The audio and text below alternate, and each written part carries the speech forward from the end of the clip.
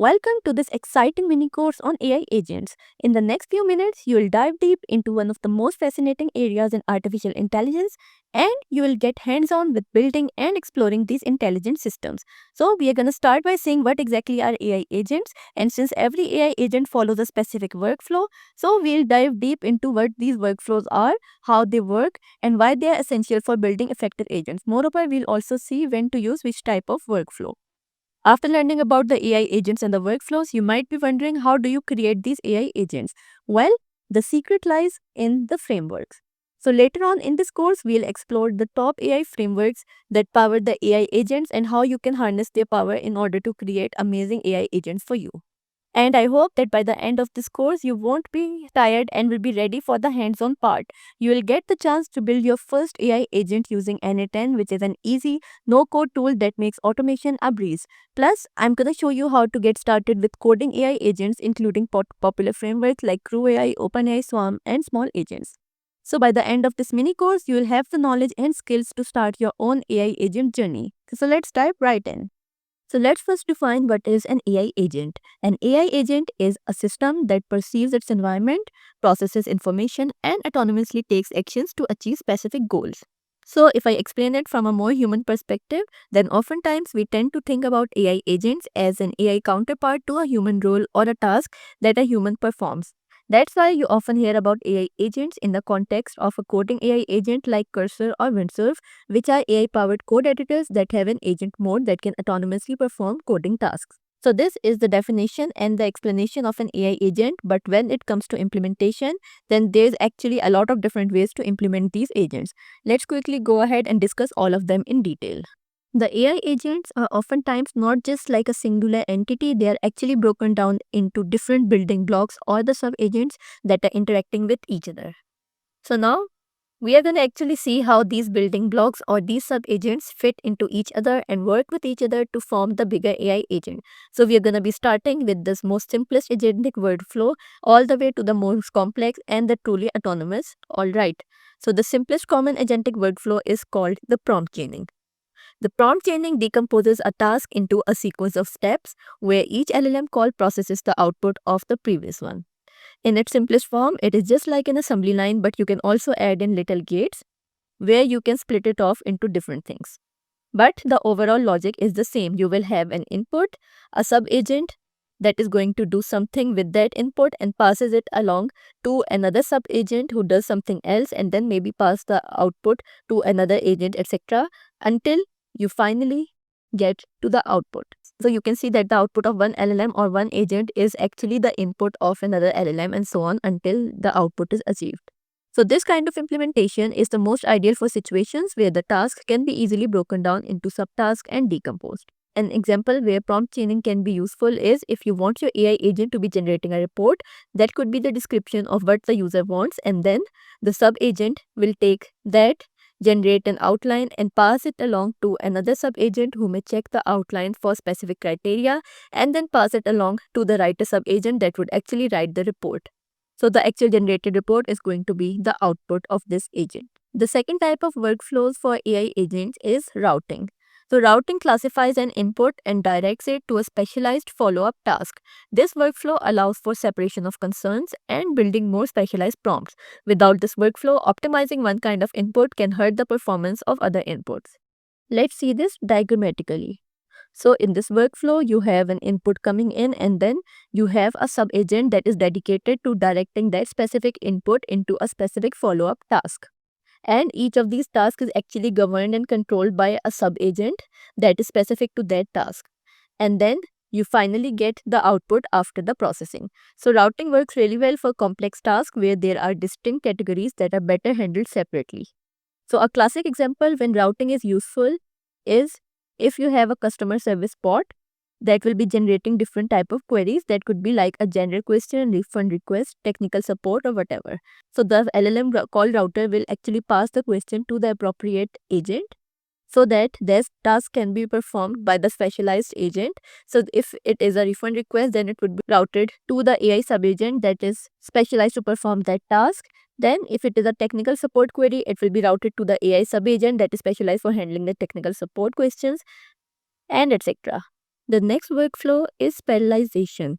This specific agentic workflow usually has two key variations. In this workflow, you have two different agents that are working simultaneously on a task and have their outputs aggregated programmatically. So there are two variations. First one is the sectioning, which is breaking a task into independent subtasks that run in parallel. And the second one is the voting, which is running the same task multiple times to get the diverse outputs. So diagrammatically, you can see that we have an input and then we have a bunch of different subagents which are working simultaneously to generate the output, and then the output generated by all three of the subagents is actually aggregated using an aggregator and is provided as the final output. So the best example of sectioning is if you are trying to evaluate how good the performance of a new model is for a given prompt. So each subagent could be evaluating a different aspect of the model's performance, like one of them could be evaluating speed and one of them is evaluating accuracy, etc. The next workflow, which is a more complex one, is the orchestrator worker workflow. This workflow looks pretty similar to the parallelization, but what's different about this is that you don't have a predetermined list of subtasks. Since in the orchestrator worker's workflow, a central LLM dynamically breaks down the task, delegates them to the worker LLM, and then synthesizes their results. So here is the diagram for the workflow. We have an input, then we have an orchestrator that is actually going to divide the task into multiple subtasks and then divide each of these tasks to the appropriate LLM or the subagent. Then the output of all of these different subagents will then be passed to the synthesizer in order to combine it into one output, which is then provided to the user. So here is a comparison between the orchestrator worker workflow and the parallelization. In parallelization, so here we have the input in which the task is break down into multiple subtasks and provided to the appropriate subagent, and the output of each of the subagent is then aggregated to generate the final output. Whereas in the orchestrator worker workflow, we have an extra orchestrator where the input is actually passed to the orchestrator, which then dynamically defines that in how many subtasks the task should be divided, and then those subtasks are actually passed on to the appropriate subagents. Then the output of all of these is passed to the synthesizer, which synthesizes the output by combining the output of all of these three different subagents. So the next one is a more complex workflow, which is the evaluator optimizer workflow. And this is approaching more towards the autonomous situations where you are actually giving the subagent a lot more autonomy and freedom in determining what it is that it should be doing.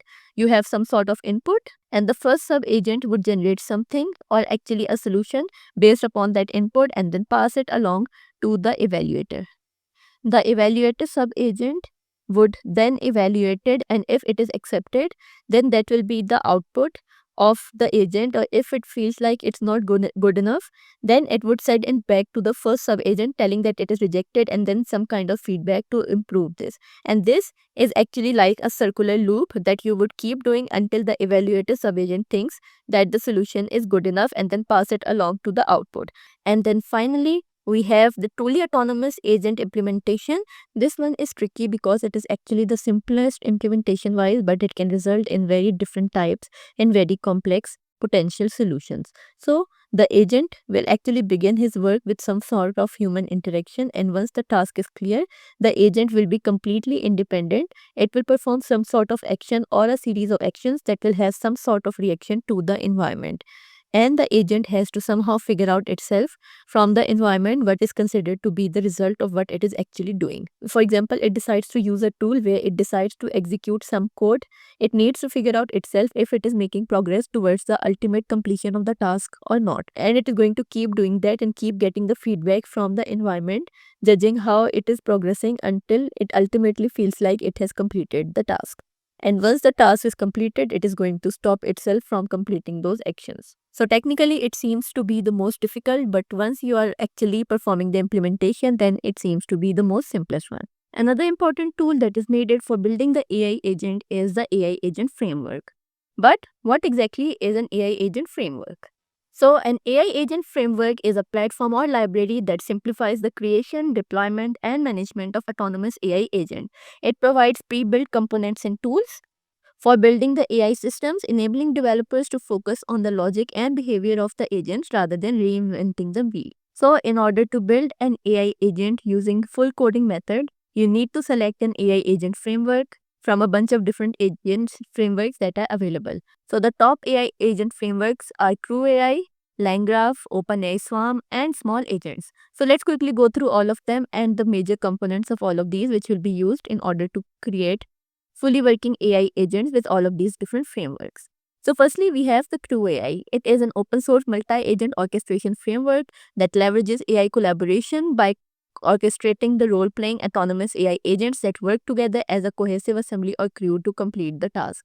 So in Crew AI, you have more than one agent working by taking up role according to the provided task, and all of these agents work together to complete the task. So in order to build an AI agent using the Crew AI framework, you need to have the knowledge of these four components. So firstly, we have a crew, which is the top level organization that manages the AI agent teams, oversees the workflows, ensures the collaboration. Then we have the AI agents, which are the specialized team members, or actually the LLMs that have specific roles. They use the tools, can delegate the task and make the autonomous decisions. Then we need to define a process that actually performs the workflow management. It defines the collaboration patterns, control the task assignments, and manages the interactions. And then finally, we have the task for the AI agent, which are actually the individual assignments. They have clear objective, use specific tools, and produce actionable results. So while creating an AI agent using the Crew AI framework, you need to define these four components in order to successfully create your AI agent. The next framework is the LangGraph.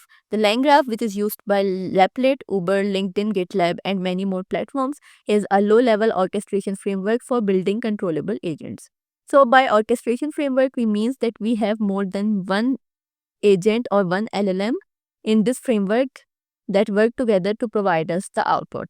But the orchestration is actually done at a much lower level as compared to the Crew AI. So this is how the LangGraph workflow looks like. The next framework is OpenAI Swarm. It is an open source framework for orchestrating multiple AI agents. It allows different agents to collaborate by handing off tasks and responsibilities to each other, enabling them to work together to solve complex problems. So this basically is an example of prompt chaining where we have multiple agents and the task is actually handed off from one agent to the other agent, enabling them to work together to solve the complex problem. This means that the output of one agent becomes the input for the other one. So in order to build an AI agent using the OpenAI Swarm framework, you need to have the knowledge of these four components. We have the agents, the handoff logic, routine, and agent pool. So agents are actually the LLMs that include instructions and tools for specific roles. The handoff logic actually means that if an agent identifies a query outside its scope, it transfers the conversation and the relevant history to an agent better prepared to respond. Then we have the routines, which are the predefined sequence of steps that the agents can perform. And then we have an agent pool, which is actually a shared environment where all the agents reside. And then the task can be assigned to the suitable agent inside the agent pool. And then we have the small agents. It is a lightweight framework for creating AI agents, particularly focusing on agents that use code to execute actions, allowing developers to build intelligent systems with minimal setup. So the small agent has two basic components. First one is a tool, which is a list of tools that the agent has access to, enabling it to perform various tasks. So these tools are actually the functions which you define using the tool annotation, and then the agent can access those functions to perform the task which has been described in those functions. And then we have the model, which is actually the large language model or the LLM that will serve as the engineer for the agent for driving its capabilities. So these were the four important AI agent frameworks which you can use if you want to build AI agents using the full coding method. Alright, so let's go ahead and start creating your very first and very basic AI agent using n8n. So here I am inside n8n and I have selected create the workflow from scratch. So here I actually want to create a basic workflow in which I am going to send a chat message with the native chat interface which is included in the n8n. Then the AI agent is going to analyze the message, and if the message contains insults or offensive language, the bot will answer, sorry, I cannot respond to offensive messages, else it will answer my question. So I'm going to start by adding a chat trigger.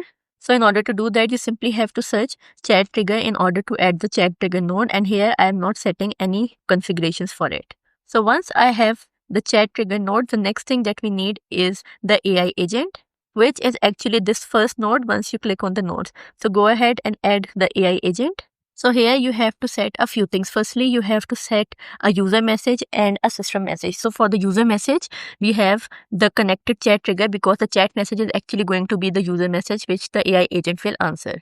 And then we need to provide a system message. So here you can see that there is no property added. So I'm going to click on add option, and out of these options, I'm going to select the system message.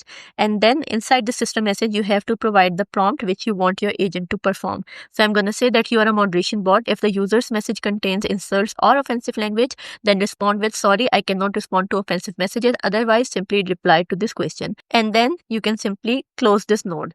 So here you can see that once you added the AI agent node, it is composed of three main components. Firstly, we have a chat model, which is actually the LLM that the AI agent uses to interpret the user input and generate the replies. Then we have the memory, which controls how much of the previous conversation AI can remember when generating the responses. And then we have the tool, which is the performed action during the conversation, like API searching databases, looking up files, or running the functions. So the memory and tool are optional, but we need to provide the chat model. So for this workflow, I'm going to use the Grok as the chat model. This is because it is absolutely free and provides unlimited API access. So I'm going to add the Grok chat model. And here, firstly, you have to select the credentials to connect with. So here I'm going to create a new credential where you need to provide the API key for your Grok chat. And once you have your API key, you simply have to paste it right here and then save the configurations. And you'll get the message that the connection was tested successfully. So once your Grok account is connected with the Grok chat model, you can go ahead and select the model which you want the agent to interact. I'm going to go with the Llama 3 8 billion parameters model, and then you can provide a bunch of different options. I'm going to leave them as it is. Now, in order to handle the response, I'm going to add a new node which is going to be the respond to webhook. So here search that and then add it inside your workflow. So here you have to change a few things. Firstly, you have the option to select the format in which the data should be returned. So I'm going to select JSON from this option. And once you do that, you will see that you will get a value for the response body. But here we want to change it. So instead of value, here I'm going to pass a custom value, which is the message content in the JSON form. So here I'm going to say JSON.message.content. And this is the entire workflow for a very basic AI agent. So let's go ahead and test it out. For that, simply click on this open chat button. And here, firstly, I'm going to type a non-offensive message that what is the capital of Australia. Once you hit enter, since the message is non-offensive, it has provided me the answer that the capital of Australia is Canberra. Now, I'm going to ask it the same question, but in an offensive manner. So I'm going to say, what is the capital of Australia?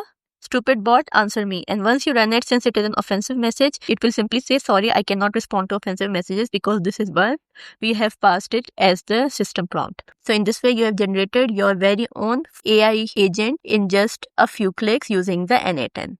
Now, let's go ahead and see a more complex but practical use case of building a no-code AI agent using N8N. So in this project, we actually need to automate the process of generating the product photography of different type of product using a single image. So here you can see that I have the image URL of 4 different images: a pendant, a perfume, sunglasses, and a bag. And I want to automate the process of generating product photography for all of these. For that, we are going to go to N8N. And this is the first part of our workflow, where we need to download the image from the Google Sheet using the image downloader. So let's quickly see what are the different steps of this particular part of our workflow. So firstly, I'm going to add the trigger that when the test workflow button is clicked, then the workflow will be triggered. Next, we need to add a node for the Google Sheets because that is where our image URLs are present. So I'm going to add a Google Sheet, and out of all of these, I'm going to select get rows in the sheet. From here, you need to select your Google account with it using the credential to connect with. Once you have connected your Google Sheet, next you need to define the resource. I'm going to select sheet within the document. Operation is get rows, and then the document from the list is actually going to be the document name or the sheet name, and then sheet is actually the individual sheet which is present inside your N8N data sheet. Once this is done, simply go ahead and connect the trigger with the Google Sheets. So once this is done, next we need to add a node for editing the fields. For that, I'm going to add a new file called the HTTP request, which is actually going to fetch the images from the internet. So I'm going to connect the Google Sheet from the HTTP request. I'm going to call it image downloader. And here you have to set a few things. Firstly, the method is going to be the get. Then you have to provide the URL, which is actually going to be the URL of the images inside the sheet. So I'm going to drag the product image URL and then paste it right here inside the URL field. So this field is actually going to be the URL which needs to be fetched from the sheet, and then you can always go ahead and test the step and you can get the file name from the sheets. But before actually moving ahead, we need to change the fields. For that, I'm gonna add a new node. The node name is gonna be an edit field, and here I want to set the field for the product image URL. So I'm gonna drag it right here and I want to change its name. So from the product image URL, I'm gonna call it input image URL. And then you can go ahead and test the step and you have the URL. So this means that it is working fine. So this was the first part of our workflow where we have downloaded the image from the Google Sheets, which contains the URL of all the different products whose product photography we want to perform. Now, the next step is upload to Gemini. For that, we are firstly going to add a node, which is once again going to be an HTTP request. This time the method is going to be post, and then you have to provide the URL. For that, you have to go to the Gemini, click on get code, and this is the post URL which you have to copy. So go ahead and copy this URL from here, head back to your n8n, and once again select the method to be post, paste the URL right here, and then you can see that we have to provide the API key. So go back to the Google AI Studio, generate an API key for your account, and once you have the API key, simply copy it, head back and paste it right here where the API key needs to be added. Once this is done, next we need to send the query parameters. I'm gonna leave it to off and we have to provide certain headers. For the specify headers, I'm gonna select using fields below, and then you have to set a few parameters. Head back to the Google AI Studio. The first one is Google upload command. So I'm gonna copy this, paste it inside the header parameters, and for that value, I'm gonna copy the value which is present on the Google AI Studio. And same is the case for all the other headers. You can see that below the xgoog upload command, we have 3 different parameters. I'm going to copy all of them and paste those values inside the n8n. But for the parameter Google upload header content type, you have to set a different value. You have to set the value to be an image or a PNG. Okay. Then you need to open the send body button, and here you have to select n8n binary file as the body content file. Then you have to provide the name for the input field. Here I'm gonna select this data which is actually coming from our image downloader file. So I'm gonna drag it and then paste it here. Then simply go ahead and test the step, and you can see that the node executed successfully and we have fetched the data. You can see that the state is active. This means that we are all set to proceed further. Now, before moving any further, we need to have a prompt which we can pass to the Gemini in order to generate the product photography for the provided product. For that, we need to have a section for the OpenAI so that we can have the prompt generation. So here inside the prompt generation, I'm going to add a new node which is going to be for the OpenAI. Let's go ahead and add it. And here you have to select analyze image, and then you need to connect upload to Gemini to the prompt generation for the OpenAI. Here you have to connect it with your OpenAI account by providing the API key for your OpenAI account. Here you have to provide the API key, and then your OpenAI account will be connected to the n8n. Then the resource is going to be an image. The operation is going to be analyze the image. Then you have to select the model. I'm going to go with the GPT-4 Omni because it is better for generating different type of prompts. For the text input, you have to provide briefly explain what this image is about in under 5 words so that we can have an explanation for the image. The image input type is going to be the image URL, and the URL is actually going to be the image which we are fetching from the Google Sheet. So I'm gonna browse to that, which is the input image URL. I'm gonna drag and drop it right here inside the URLs. And then you can simply file the output by open this and then test the step. Once you do that, it will provide you the answer if it has been successfully connected. So for the first image, it says that the content is gold pendant with rhinestones. For the second one, it is saying that Victoria's Secret perfume bottle. For the third product, the Prada sunglasses design, and the fourth one is stylish pink handbag. So it is providing us correct description of our product. Next, I'm gonna add another OpenAI node, but here instead of analyzing the image, I'm gonna add message a model because we want to generate the message from the model. Once again, you need to connect your OpenAI account. This time the resource is going to be the text. Operation is messaging the model. This time I'm gonna select GPT-4o. And for the messages, you have to provide the prompt and the user. Firstly, the user is going to be the system, and the prompt is going to be create a short prompt for an AI image generator that will be fed a photo of a product, and then you have to generate the product photography. And here we have provided different type of information to the system in order to generate good quality product photography. So once this is done, now I'm going to click on add message. This time the role is going to be the user, and for the prompt, I'm going to ask it that this is the description of the product, and here you have to provide the variable which actually contains the description. So this content actually contains a description. I'm going to drag and drop it right here. Then you can simplify the output and test the step. So you can see that now the role assistant and the content is this prompt which has been generated using the OpenAI for that particular product. Similarly, we have a description for all the different products as well. Now the only thing that is left is to actually run this prompt for the image generation. So now comes the part for the image generation inside our workflow. So here we need to add a new node. The node is going to be an HTTP request. Here the method is going to be the post. Then for the URL, we have to head back to the Google AI Studio and then fetch the URL for the post request. So this is the URL. So I'm going to copy this URL from here, head back to the N8N, paste the URL here, and once again you have to provide the API key. Once this is done, next you have to send the headers and specify headers you have to select using the fields below.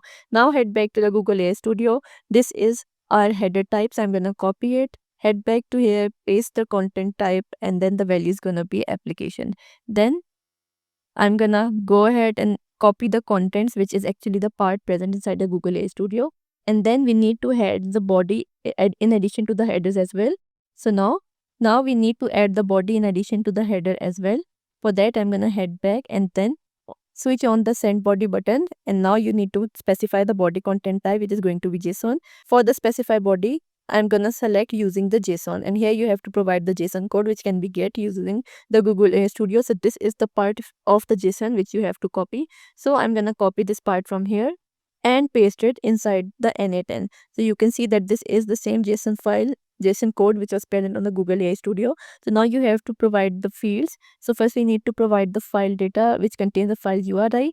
So the file URI actually contains the URL of the post request to the Gemini, and then you have to provide the meme type, which is image and PNG. Then you have to provide the text, which is actually going to be the prompt. So drag and drop the prompt right here and your JSON file is all set.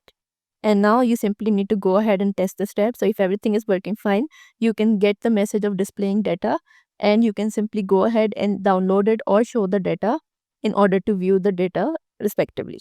So if you click on view the data, you can see that this is the data which is actually in the base64 format, but it actually corresponds to an image. But if you want to verify it, you can copy this data from here, go to any base64 to image converter, paste it there, and you will get the image. So now in order to do that, here we are going to add a node for convert to file, and the converter is going to be base64 to string. And here the operation is going to be move base64 string to file. The base64 input field is actually the data which we have just generated. So I'm going to drag and drop it right here inside the field. Then for the output file in the field, I'm going to provide it the name, output image, and then test the steps. So once you do that, now it will provide us an image instead of simply providing us the base64 format. So if you click on the view button right here, beside any of the output image, you will see the image fetch right here, which is actually a product photography of the image which was previously present inside the Google Sheet. Now the only thing that is left is to actually save these images inside a Google Drive. So in order to do that, I'm gonna add a new node for the Google Drive. This is the node, and here for the actions, I'm going to click on upload the files. Now you need to connect your Google Drive account here by providing the credentials. The resource is going to be the file, operation is actually upload. Then you have to provide the input data field name, which is actually going to be the image which has been created. So I'm going to provide it the name, the output image, which is going to be the file name which will be stored inside the drive. Then you need to provide a name for the individual file. I'm going to call it input image URL. Then you have to provide the path for that drive. So for the parent drive, I'm going to select my drive, and if you want to store it inside any particular folder of the drive, then you can go ahead and specify that right here. So here inside my Google Drive, I have created a folder called N8N images. So I'm going to copy this URL from here, which is actually the folder ID, and I'm going to go to the parent folder, click on by ID, and paste the ID of the folder which I've just created inside my drive. Once you click on the test step, now it is going to execute everything, and the generated images will be stored inside the Google Drive. So now head back to the Google Drive, and yes, you can see that all the generated images have been now saved inside the Google Drive. So this was a very basic agent which we have created using no code tool, and it is a product photography workflow which you can implement on any type of images, and it is going to generate product photography for any of your product by simply a single click. Now I'm going to show you a few examples of how you can build an AI agent using a full coding method. And since we are going to use the coding, so we need to select one of the framework out of a variety of frameworks which are available for building an AI agent. So firstly, I'm going to show you a use case in which you can convert a YouTube video into a blog using an agent, and we are going to use the Crew AI framework as the agent framework. So in order to build the framework, firstly you have to download and install all the dependencies. I'm going to firstly upgrade the pip, and I'm going to install Crew AI tools because we want to use the tools provided by Crew AI. Then the model is present on the Hugging Face, so we need to have access to the Hugging Face, Anthropic, LangChain community, and LangChain core.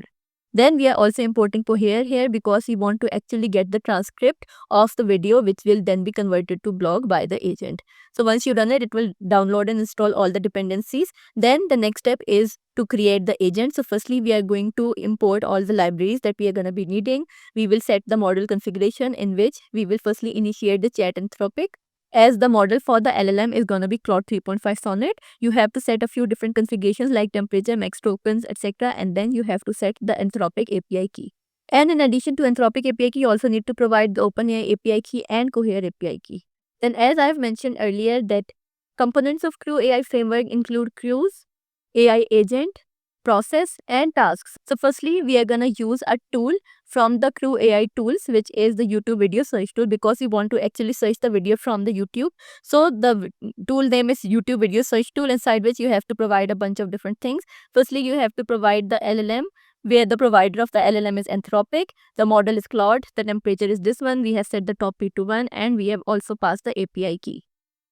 And then for the tool, we also need an embedder that is actually going to convert the searched YouTube video into a transcript. For that, the provider is going to be Cohere, and we need to select the model, which is the Embed English version 3.0, and we are also passing the API key. Once this is done, next we need to create the different agents. So firstly, I'm going to create a transcript extractor agent that is actually going to extract the transcript from the YouTube video. So this is the name of the agent. And you have to firstly define the role that it is a transcript extractor. You have to provide it a goal. It needs to extract accurate and detailed description. Then you have to provide the verbose and the memory, and you also have to provide a backstory that what this extractor or what this agent is actually capable of. Then you need to assign a tool to this particular agent. So we are going to assign it the YouTube video search tool. Next, we are going to create a transcript researcher agent that is actually going to analyze and research the content provided in the transcript extracted from the video at the provided URL. This is the description of the agent that it is going to research and provide insights on the content within the transcript of the video.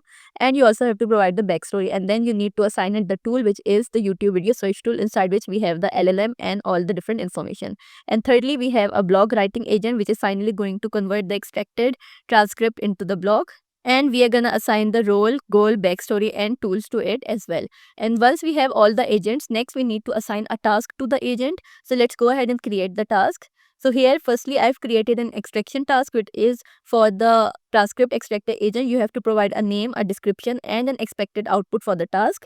That once this task is executed, then the output will contain a complete and accurate transcript of the video. You have to assign the tool, and then you have to assign an agent to the task. Since it is an extraction task, so the agent associated with it is actually the transcript extractor agent. Similarly, we are going to create the task for the remaining two agents as well, which are the research agent and the blog writer agent. So we are going to create a research task for it, and then we are going to create a write task for the blog writer agent.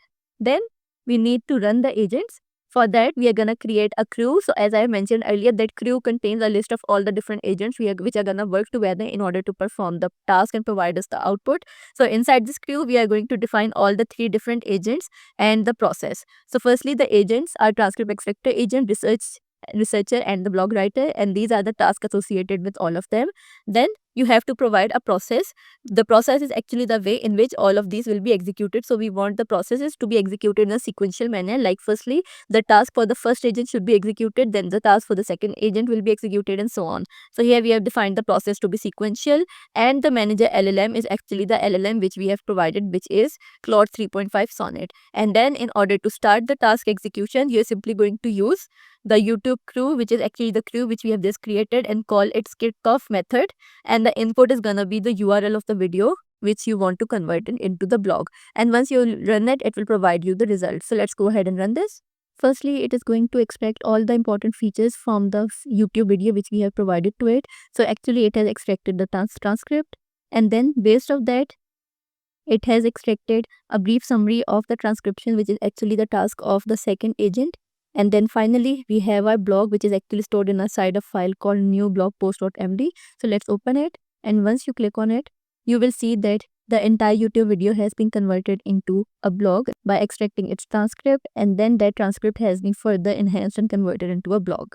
So in this way, you can easily convert any of your YouTube video into a blog by simply running this agent and providing it the URL of the video. And this was done using the Crew AI framework. The next use case which I'm going to show you is how to convert a data set into a visualization by performing data analysis on it. And this will be done using the OpenAI Swarm. So firstly, we need to import all the dependencies. So we are going to import the pandas, matplotlib, and OpenAI. And we are also going to install the OpenAI Swarm. Here we are using the pandas and matplotlib in order to perform data analysis and to perform visualizations respectively. Then we need to set up the environment. So firstly, we are importing all the different libraries, and I am setting the OpenAI API key inside the environment variable, and I am initializing the OpenAI Swarm as the client. So if you remember that I've previously mentioned that the components of OpenAI Swarm includes different type of agents, different type of routines, which are actually the functions that the agent should perform. Then we have the handoff and the agent pool. So firstly, we need to create the different agents. Then we are going to provide a task or the function to the agent. So firstly, let's create the agent. So we are going to have 4 different agents. First one is going to be the data collection agent, where the name is going to be the data collection agent. We are going to provide some instructions that collect the data from the given CSV file and return it as a pandas data frame. And you can assign any function if you want to customize it further, but I'm going to leave it empty. And similarly, we are going to create the data cleaning agent, which is actually going to clean the given data set by removing the null values and the duplicate entries. Then we have the data analysis agent, which will perform statistical analysis on the clean data and return the summary. And then we have a data visualization agent, which is actually going to generate the visualizations from the given data and display it. And once we have the 4 different agents, next we need to define the function or the task for the 4 agents. So firstly, we are going to create a function collect data, which will be assigned to the data collection agent. So inside this function, firstly, we are simply going to read our CSV file and convert it into a pandas data frame, and then we are going to return it. Then we have a function to clean the data, in which if we are going to check that if there is any null entry, then it is going to drop it, or if there are any duplicates, then it is also going to drop it, and the clean data will be stored inside this clean data variable, which will then be returned. Then we have a function to analyze the data, inside which we are firstly going to convert our data into a pandas data frame, and then we are going to use the describe function in order to perform the analysis, and then we are simply going to return the analysis. And finally, we need to have a function to visualize the data, so we are going to create one. We have a function called visualize data. If the data is in the form of string, so we are going to read the string and convert it into a data frame, inside which we are firstly going to import the library, which is the matplotlib. We are going to read the CSV file, which is actually going to be the data. And then we are going to start creating different types of diagrams. So we are creating a histogram for the salaries, a bar chart for the job roles, a pie chart for the departments, and a scatter plot of salary versus department. So after defining the functions, we need to assign the functions to the appropriate agent. So we are going to say data collection agent dot functions dot append collect agent. So this is one way of assigning the function to the agent, but if you have created the functions before, then you can simply provide the function right here inside the functions parameter. But since I've created the functions after that, so I'm simply going to assign the functions to the agent using the functions.append functions, and for each agent I'm going to assign the respective function. Next, we need to define the pipeline and then run the swarm. For that, firstly, we are going to create a list called messages, inside which the role is going to be the system and content is start the data analysis. Then we are creating a function called autonomous data analysis pipeline, in which the first step is to collect the data, where we are going to use the client, which is actually the OpenAI Swarm, which we have previously initialized as a client. We are going to call its done method, and firstly we need to collect the data. So the agent is going to be the data collection agent, and the messages is going to be this messages list which we have just created. And once the client or the OpenAI Swarm will run this agent and the function which is associated with it, it is going to provide us the data which is stored inside the raw data, and we are going to print it. Next, we need to clean the data. So once again, we are going to run the run function of the client, which is actually the OpenAI Swarm, but this time the agent is going to be the data cleaning agent. And for the messages, the role is going to be the system, and content is actually going to be the data which we have actually fetched from the data collection agent which we previously ran using the OpenAI Swarm. And once the data is cleaned, we are going to store it inside a variable called text. And since this text contains a bunch of different values, after which we get the final data, so we are going to extract it one by one. Firstly, we are going to extract the calls from the text. So we need to access the tools call argument from the text array. Then from this calls, we need to access the index 0 value, which will be stored inside this variable called first call. And then for the first call, we need to get the value for the function, which will be stored inside the data. Similarly, we will fetch the arguments, and then finally, in order to get the final clean data, we need to have the data value of this X agent. If you don't understand this, then you can simply print this text value and you will get a complex string which will contain all of these embedded in one another, and the final clean data will be saved inside this data of the X. So we are going to extract this by performing all of these steps. The third thing is to analyze the clean data, and for that we are going to once again run the client. This time the agent is going to be data analysis agent, and for the messages the role is going to be system, but the content is going to be this final clean data, and it is going to provide us the analysis which we can print using the print command. And then finally, we need to perform the visualizations. So we are going to run the client once again. Agent is going to be the data visualization agent, and the content is going to be the final clean data because we want to perform the visualizations on the clean data. And once you have created this pipeline, the only thing that is left is to actually execute the pipeline and see the response. So we are going to run the autonomous data analysis pipeline that is actually going to provide us the response. So let's go ahead and run this. So once you run it, it will firstly collect the data using the OpenAI Swarm, and then all the extracted and clean data will be displayed to you. So you can see that the data has been cleaned, all the null and duplicate values have been removed, and this is the entire data. Then if you scroll down a little bit, you can see that we have the analysis summary, where you can see that we have the analysis of the entire data. And let's wait for a bit more and then we will get the visualization. So let's scroll a bit up. You can see that firstly, we have a bar chart for the distribution of salaries. We have the salary on the x-axis and the values on the y-axis and the number of employees on the y-axis. Then we have the job role distribution on each different role. After that, we have a pie chart. And if you scroll a bit further, you will have a scatter plot chart showing the department versus salary, and we also have a box plot of the salaries by the department. So in this way, you can easily convert any of your CSV file into full-fledged visualization by performing data analysis on it by running this agent, which is actually based on the OpenAI Swarm framework. And then finally, I'm going to show you a use case in which you can easily interact with your database using the natural language, and it is going to provide the answer to you by running the SQL queries on the backend. So firstly, we need to install the small agents framework, which we're gonna do by running the pip command, pip install small agents. Next, then we are gonna log in into the Hugging Face CLI by providing it the token which we have fetched from the Hugging Face account. And once the Hugging Face token is verified, you will be logged in into the Hugging Face CLI, and then you can go ahead and use the small agent. So for this project, I'm gonna use the SQLite database as the backend. So in order to access it, I'm gonna use the SQL Alchemy, so I'm gonna install it using this command. Then we need to define the database and schema of our database. So firstly, we are gonna import all of these things from the SQL Alchemy. Then we need to create an engine which is actually going to store our database. So our database is actually the SQLite. Then we are going to initialize the metadata as well, which is going to contain information about the tables inside the database. Then we are going to create a SQL table. The name of the table is going to be receipts.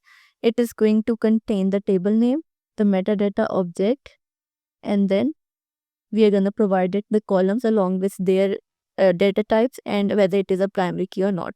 So the receipts table will contain a receipt ID and a customer name. Both of them will be the primary key. Then we have a price in the float data type and a tip. And then we are going to call the create all function of the metadata object and pass it to the engine, which is actually going to contain this database that will contain all of these different tables. But up till now, we have only created the database and the table, but the table is actually empty. So now we need to insert the data inside the table. For that, we are going to create a list of rows that is going to contain all the different fields which are present inside our table receipts. And you need to make sure that the sequence of all of these fields is the same. Then we are going to iterate through this list, and for each row, we are going to insert in this receipt the value which is present inside the row, and then we are going to execute the statement by running the connection. And if you want to verify whether your table has been successfully created or not and whether it has the required fields or not, you can simply use these statements and then print the table description, and it is going to provide you that these are the 4 columns inside your table which is receipts, and this is the data type of all of them. Next, we need to provide the tool for the agent. So all of this information was for the database. Now we need to define the tool for the agent. So the tool is actually the function. If you remember that I mentioned this earlier too, that tools are actually the functions which you define, which are actually assigned to the agent in order to perform the action. So I'm going to define a function called the SQL engine, which is actually going to take a query as an input, which will be of the string type, and it is going to return a string value as well. And then I am assigning the tool annotation with it, which is going to tell the small agents that this function is actually a tool for the agent. Now inside this function, firstly, we are checking our connection, and then we are going to execute the text query by using connection.execute function, and once the query is executed, it is going to return us some rows. Then we are gonna iterate through the rows and then append and concatenate all of them inside a variable called the output, and then we are simply going to return the output. So this function actually allows you to run different type of SQL queries on the table.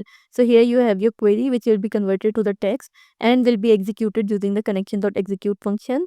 And once the query is executed on the database, the result will be stored inside this rows. Then we're going to iterate through these rows and then store the results inside a single variable and then display that. Then we need to run our agent with the tool. So for that, we need to import all of these different files. Then we need to initialize our code agent, which is actually present inside the small agents. So we are going to use the code agent. The tool which we will be using is the SQL engine, which is actually the function which we have just defined. Then for the model, you can either select any model from either Anthropic, OpenAI, DeepSeek, Gemini, etc. But I'm going to use the free model hosted by the LiteLLM model. So here I'm using the LiteLLM. The model ID is actually Gemini 2.0 Flash Experimental, and this is the API key for using the model. And once you have initialized the code agent, now you need to call its run method and then pass the query in order to get the response. So firstly, I'm gonna ask it, can you give me the name of the client who got the most expensive receipt? So once you run it, the LiteLLM model using the Gemini 2.0 Flash will start executing the agent, and then on the basis of our textual query, it is going to generate a SQL query for it, which is equivalent to this one, that in order to get the client who got the most expensive receipt, it is going to generate this query that select customer name and price from the receipt. And once it has fetched the values by executing this query, then it is going to perform further operation on all of these values in order to get the maximum value. So these are all the values which were present inside the receipt table. It has executed the customer name and price, and then it will execute this code. If you scroll down a little bit, you can see that out of all of these values, it is seeing that if the price is greater than the max price, then it is setting the maximum price as the price of that receipt, and the max customer is said to be the customer having the maximum price. And then once it will iterate through all of these values, the receipt with the highest price will be stored inside this max price, and the customer that has the highest receipt will be stored inside this next customer, and it is going to print the max customer. So Tony Stark is the customer that has the highest receipt.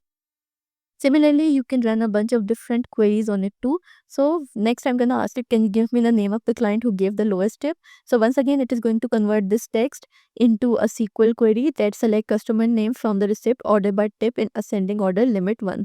So this is going to get the customer with the lowest tip on the top, and then it is going to simply print it. So it says that Alex Mason is the customer with the lowest tip. So in this way, you can see that we have created the agents using small agent framework that can simply interact with our SQLite database using the natural language, and it provides us an output in the natural language as well. And just like that, you have completed this mini course on AI agents. You now have a solid understanding of how these intelligent systems work, how to build them, and how to leverage the powerful frameworks like Crew AI and OpenAI Swarm.